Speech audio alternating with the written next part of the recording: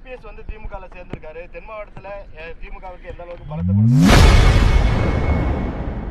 முன்னாள் முதல்வர் ஓ பன்னீர்செல்வம் திமுகவில் இணைந்துள்ளது குறித்து செய்தியாளர் எழுப்பிய கேள்விக்கு அமைச்சர் ஐ பெரியசாமி பதிலளித்துள்ளார். மீண்டும் இரண்டாவது முறையாக மாண்புமிகு முதல்வர் தளபதியார் அவர்கள் பெரும்பான்மை இடங்களில் 200க்கும் மேற்பட்ட இடங்களை வெற்றி பெற்று ஒரு அசைக்க முடியாத இதுவரை வரலாற்றில் இல்லாத வெற்றியை பெற்று சாதனை படைக்கப் போகிறார். இது வரலாற்று சாதனை படைப்பார். இந்த தேர்தலில் மாண்புமிகு முதல்வர் தளபதியார் அவர்கள் வருகிற சட்டசபை தேர்தலில் வரலாற்று சாதனை படைப்பார். அந்த அளவிற்கு தமிழகம் இன்றைக்கு வளர்ந்திருக்கிறது. திட்டங்களை தந்திருக்கிறார். மக்கள் மகிழ்ச்சியாக இருக்கிறார்கள். ஏழை எளிய மக்கள், விவசாயிகள், கிராமத்தில் இருக்கின்ற அத்தனை கிராமங்களும் இன்றைக்கு நல்ல வளர்ச்சி அடைந்திருக்கிறது.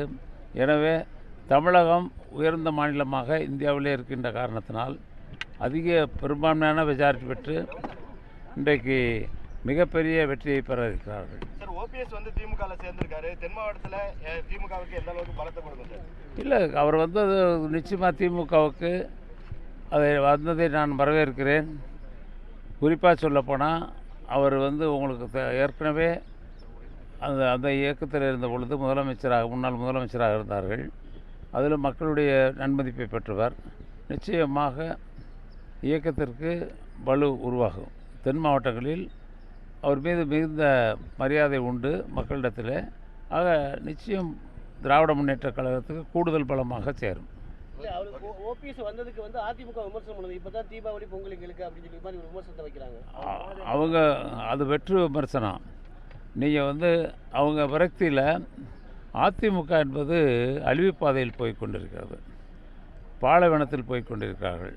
அவர்கள் அந்த இயக்கம் இந்த தேர்தலுக்கு பின் இருக்குமா இருக்காதா என்ற கேள்விக்குறியை அந்த கட்சியினுடைய பொதுச் செயலாளர் உருவாக்கியிருக்கிறார்.